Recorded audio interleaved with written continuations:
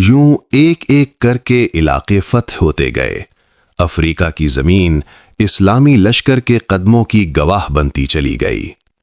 مرکزی شہر صفیتلا. آخر کار اسلامی لشکر افریقہ کے مرکزی شہر تک پہنچ گیا.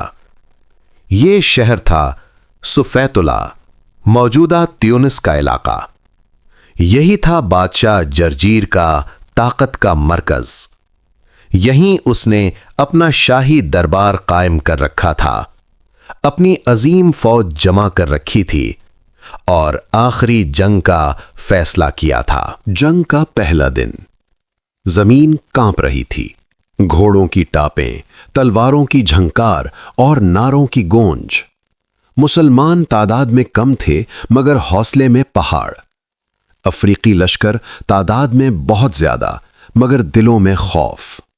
دن بھر جنگ ہوئی مگر کوئی فیصلہ نہ ہو سکا. دوسرا دن گھمسان کی لڑائی. دوسرا دن آیا. دونوں طرف شدت بڑھ گئی. خون بہا، جسم گرے اور تاریخ لکھی جا رہی تھی. اسی دن بادشاہ جرجیر نے محسوس کیا صرف تلوار سے یہ جنگ جیتنا آسان نہیں. تب اس نے ایک ایسا اعلان کیا جو صرف جنگ نہیں بلکہ لالچ اور خوف پر مبنی تھا. اور اسے اپنی سلطنت میں وزیر بنا دوں گا. یہ معمولی اعلان نہیں تھا، یہ اعلان تھا اقتدار کا، شہزادی کا اور بادشاہت کا. جرجیر جانتا تھا کہ اس کی بیٹی حسین ہے، ذہین ہے اور جنگجو ہے، اور یہ اعلان سپاہیوں کے دلوں میں آگ لگا دے گا. یہ اعلان اس وقت ہوا جب بادشاہ کی بیٹی بھی میدان جنگ کے قریب موجود تھی. وہ خاموش تھی مگر اس کی آنکھوں میں جنگ کی آگ نظر آ رہی تھی. وہ جانتی تھی کہ اگلا دن فیصلے کا دن ہوگا. لیکن یہ اعلان مسلمانوں تک بھی پہنچ چکا تھا اور اسلامی لشکر خاموش رہنے والا نہیں تھا. جنگ کے دوسرے دن کی شام تھی. میدان جنگ میں خون، گرد اور تکن ہر طرف پھیلی ہوئی تھی. اسی وقت بادشاہ جرجیر کا وہ اعلان مسلمانوں کے خیموں تک پہنچ گیا. سالار جاسوسوں نے آ کر اسلامی لشکر کے سپہ سالار کو خبر دی. اے سپہ سالار، جرجیر نے اعلان کیا ہے جو مسلمانوں کے کمانڈر کا سر لائے گا وہ اپنی بیٹی کا نکاح اسی سے کر دے گا اور اسے وزارت عطا کر دے گا. یہ سن کر اسلامی لشکر میں خاموشی چھا گئی. سپہ سالار حضرت عبداللہ بن ابی سرح رضی اللہ تعالی عنہ نے فوراً لشکر کو جمع کیا. ان کے چہرے پر نہ غصہ تھا نہ خوف تھا بلکہ یقین تھا. انہوں نے بلند آواز میں اعلان فرمایا، سن لو، جو شخص بادشاہ جرجیر کا سر کاٹ کر لائے گا میں اسی کے ساتھ اس کی بیٹی کا نکاح کروں گا اور اسے 100 دینار انعام دیا جائے گا. یہ اعلان لالچ کے لیے نہیں تھا بلکہ دشمن کے حوصلے توڑنے کے لیے تھا. تیسرا دن طلوع ہوا. یہ دن فیصلے کا دن تھا. لڑائی شروع ہوئی تو ایسا محسوس ہو رہا تھا جیسے زمین و آسمان گواہ بن گئے.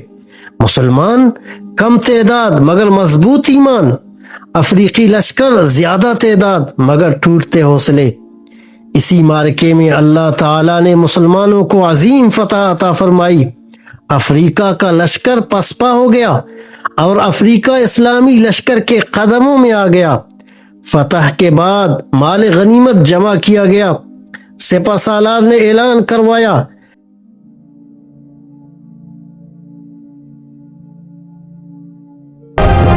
جس شخص نے بادشاہ جرجیر کو قتل کیا ہے وہ آ کر اپنا نام بتائے. کوئی نہ آیا. تیسرا دن گزرا پھر بھی کوئی سامنے نہ آیا.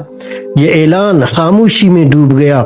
بالآخر اسلامی لشکر مدینہ واپس روانہ ہوا. مال غنیمت کے ساتھ قیدی بھی تھے، ان میں بادشاہ کی بیٹی بھی شامل تھی. لیکن نہ زنجیریں، نہ رسیاں، نہ ذلت. گھوڑوں پر بٹھایا گیا. عزت احترام کے ساتھ عزت دی گئی، آرام اور حفاظت فراہم کی گئی. یہ وہ اسلام تھا جس سے دشمن بھی متاثر ہو جاتا تھا. جب قافلہ مدینہ کے بازار کے قریب پہنچا تو ایک عجیب منظر تھا. ایک کھلا میدان، غریبوں کے لیے دسترخوان بچا ہوا، اور ایک سادہ سا آدمی زمین پر بیٹھا عام مسلمانوں کے ساتھ کھانا کھا رہا تھا.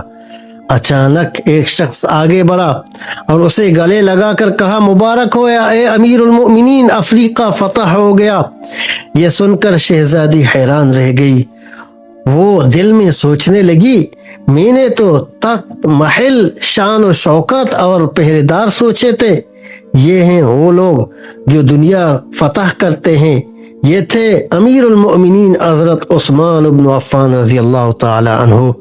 حضرت عثمان نے تمام صحابہ اور مجاہدین کو جمع کیا، پھر اعلان فرمایا، جس شخص نے بادشاہ جرجیر کو قتل کیا ہے وہ آگے آ جائے. کوئی نہ آیا. پھر شہزادی کو بلایا گیا. حضرت عثمان نے فرمایا، ان میں سے کیا تم اپنے باپ کے قاتل کو پہچانتی ہو؟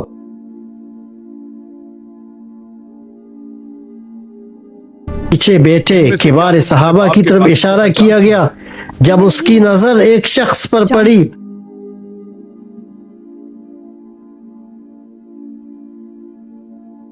انہوں نے شرم سے سر جھکا لیا.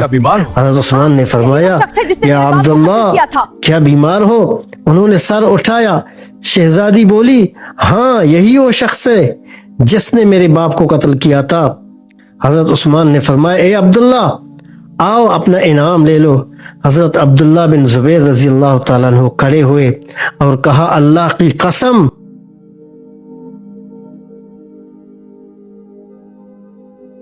شہزادی کے لیے میں نے یہ صرف اللہ تعالیٰ کے دین کو بلند کرنے کے لیے کیا ہے. یہ سن کر بادشاہ کی بیٹی کا دل بدل گیا. وہ اسلام سے متاثر ہوئی اور اس نے کلمہ پڑھ لیا. اس کا اسلامی نام رکھا گیا سلمہ. حضرت عبداللہ بن زبیر رضی اللہ تعالیٰ عنہ نے پھر اس سے نکاح کیا.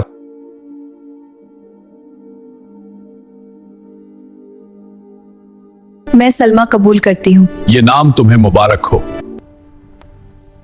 اشہد ان لا الہ الا اللہ و اشہد ان محمد رسول اللہ.